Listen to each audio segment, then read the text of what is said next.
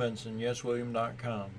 I want to talk to you today about time management, because we're all into this era where there's so much to do and so little time to do it.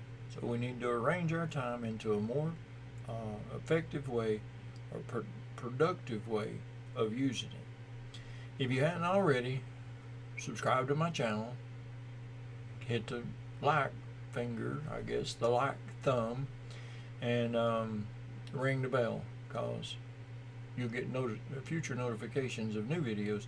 And I'm hoping if I get a good response off of this, I'm going to start making my videos a little bit more informative. I've done a lot of how-to videos lately, or in the past, and I would like something that seems to be more attractive to people, I guess. And so today, I was thinking about the time management thing. I went to the mastermind last week, and we talked a lot about time management, and the reasons, I already said them. So between that and reading the book and reading some books, it wasn't just one, actually I listened to one too, and reading some articles, I've learned some things about managing your time that I want to share with you. I put together a slideshow too, so it'd help me out, because I couldn't remember everything I wanted to say without making notes, and I think notes are kind of a distraction. You either got to memorize it or you're all the time looking at it, and so I decided to do this and see how this worked. Time management, positively arranging your time to be more productive. This is the theme of the video. Napoleon Hill said, plan every day in advance. And if you do that, you'll be able to cut out a lot of dead areas where your time don't count for anything. When you're working in marketing, you have to have a very good knowledge of what you want to achieve. They tell you in all the mentoring, that all the self-help books and get your mind right, mindset books, you know what I'm talking about. They tell you got to have the ability to get through the hard times. The hard times might last for years. These emails you see about $10,000 a week, all the outrageous emails that you get now. I grant you, they're possible for some people after you've gone through the beginning stages, though. There are people making a lot of money doing internet marketing, but everybody's not. And most of the time in the beginning, you don't have enough willpower or desire to achieve it. Well, actually, you might have in the beginning, but somewhere down the road you lose it because, nothing's happening. So, as I don't even know who said this, he said, you must have a very good knowledge of what you want to achieve and a burning desire to achieve it. So if you don't have the burning desire, you could save yourself a lot of time and money just not to do it at all, as far as the marketing thing goes. Now, there's something else you might have a desire to do, go for that, because this is going to take some time. Don't believe those emails that's going to tell you you're going to get set up and going in just a little bit of time, especially those weeks and months. Usually it's years. So what you have to do is set the table. You have to make sure everything, and by using the frame, set your table, kind of like write it down and get focused. There's a lot of other things that you need to do, but you're going to have to get everything out there and get it arranged in a way that you can function. So you got to put pressure on yourself, motivate yourself into action. Put pressure on yourself. You have to motivate yourself into action, because we're basically like, if you've been doing it for a while and you're not seeing any results, you get to the point where you don't want to do anything, and you have to motivate yourself, and you have to put pressure on yourself to get it done. The results will come if you stick with it long enough. I think it was Steve Larson with ClickFunnels that said, if you want to achieve success, this is the way you'll do it. If you want to take a chance on it, you do it the other way. Now, he was talking about lives, Facebook lives. Now, I grant you, that's probably pretty important. I've done a lot of lives now since then, and I don't do them every day, and he says you need to do them every day. But it's not every day somebody wants to spend their day with me. Matter of fact, maybe today they would have wanted to spend their day with me because of what I was doing today. But it's not every day. You got to, and the second point, focus on your key results. You have to come up with certain things to be successful. You got to have, your results are leads, and when you place a solo ad, for instance, you're looking for email addresses and responses to it. So, that's the whole thing, and you get how many leads you're going to get. So those are the results in that particular area. What are your results for life? What are you looking for from your marketing? And just about every program I've ever been in, there's a questionnaire at the beginning. And what are you going to plan? What's your plans? What's your long-term goals? What are you going to do with the money when you get the money? Where you want to go on vacation? And you got to be specific about things like this. What are the results that you're looking for? And then you got to prepare thoroughly before you begin. Because without preparation, you're not going to get anywhere. You think about it like this. If you're going to go to a vacation somewhere, you sit down and write you out a list of what you need to go to, what you need to take with you to have what you need when you get there. Well, this is no different. You're going to have an organized plan. Now, we come into this thing, everybody's trying to learn every program there is. So you get to the point where tech is a terrible master. It's running your life. You're trying to learn all this stuff, and it just don't seem to be enough time. But it makes a very good servant. Now, if you get it to working for you instead of you working for it, you'll benefit from that. Slice and dice the task. Now, there's time building and time blocking that needs to go in it. And I put a Google Calendar up here so you could see basically what I'm talking about, where you can block your time. Now, if you notice, let's get a pointer out. Pointer. See, in here, how they got these areas, the large pink areas, they're blocked. And in these areas, they got what they want to, like here, they decided from 11:45 to 12:45, this is what they're going to do in there. From here, it's socializing. From here, it's playing. And if you block your time like that, and then during that block, if you get into the socializing block, and you want to, all of a sudden you decide to do some work, especially if it's socializing with your kids or your wife, then that's the wrong time for it, because you blocked time out earlier in the day for that. And just every other little thing you want to do, your exercise, your kind of goes along with this, the task blocking too.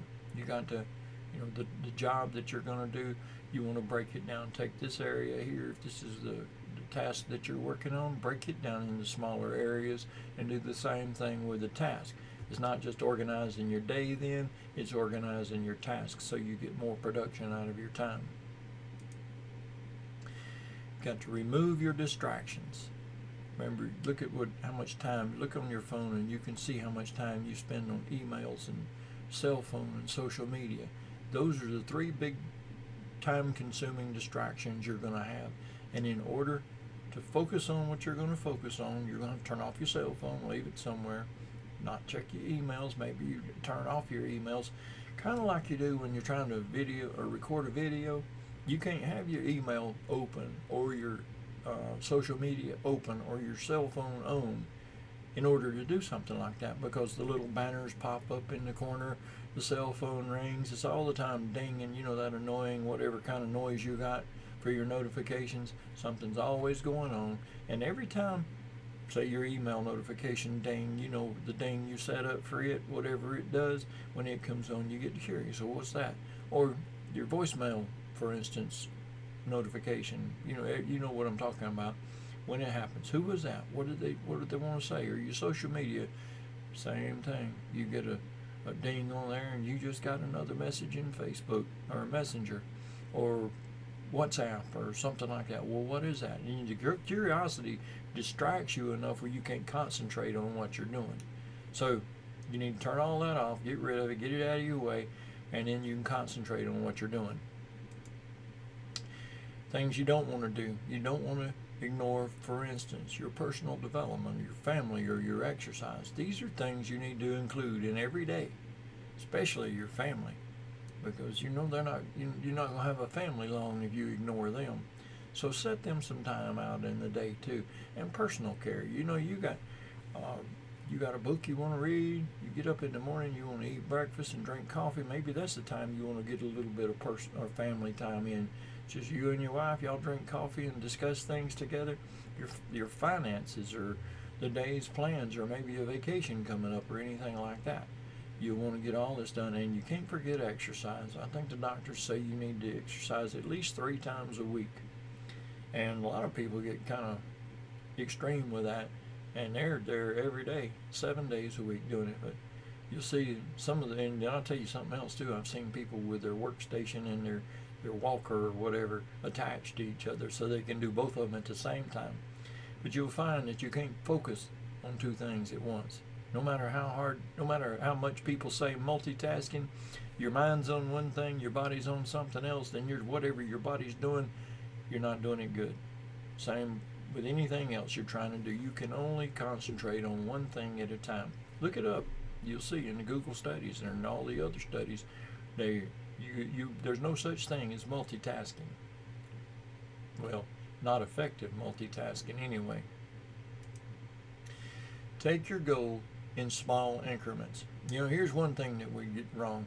We look at whatever it is we're looking at, and we try and consume it all at one time. And it might not be all in one consumable. And I wrote down a couple of things here so I could, maybe this would help you. You might have heard of these before. Eating an elephant. You know how to eat an elephant?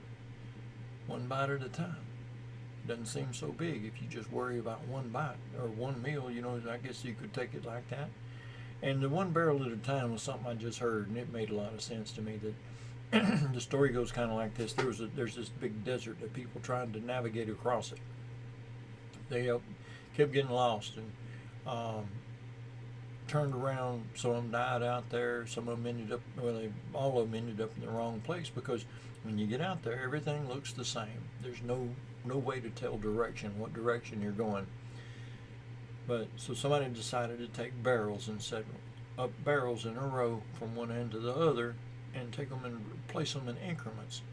You put 1 barrel where you're standing and you see on the horizon how far you can see, and you put another barrel at the point where you can see. And they did this 1 barrel every horizon all the way across this desert. So when people got started on this journey, then they just get to the 1 barrel and they could see the next barrel, and they'd walk toward that barrel. They had it in sight, so they could see where they were going, and they'd walk to that barrel. When they got to that barrel, there was another barrel past that one that they could see, and they could just take 1 barrel at a time. They didn't take the whole desert at once. They took how much ever they could see at one time, so they didn't lose direction of where they were going. Hope that makes sense to you. It made good sense to me. I never heard that one before. Upgrade your key skills. Now, you're good at some things and not so good at other things. So you got to work at what you're good at. That's your money maker. And in order to do this, you have to identify the skills that you're good at. So here's how you do that. You write down what needs to be done, what needs to be accomplished to get the task done. You list the things that you can do, and then take out of those the top 3 things that you're the best at. So you only have to concentrate on 3 of those things, or maybe 2 of them if you're, depending on how long your list is. If there's 10, you'll want to concentrate on no more than 3. So you can see you've saved 70% of your time then not concentrating on 10 things and just 3.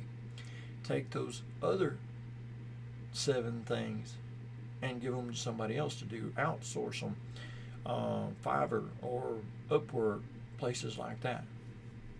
Now, the 80-20 rule.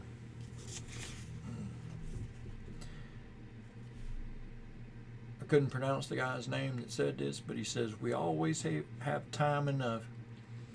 We always have time enough if we use it right. So you just got to use it right. And that's what we're talking about now, getting your time scheduled to where it turns out to where something you accomplish what your goals and your tasks are. Now, it turns out that an economic activity is subject to this rule. There's a rule to economic activity, And I don't know who figured it out, but it's called the 80-20 rule. But it goes something like this, that 20% of your activities will account for 80% of your results.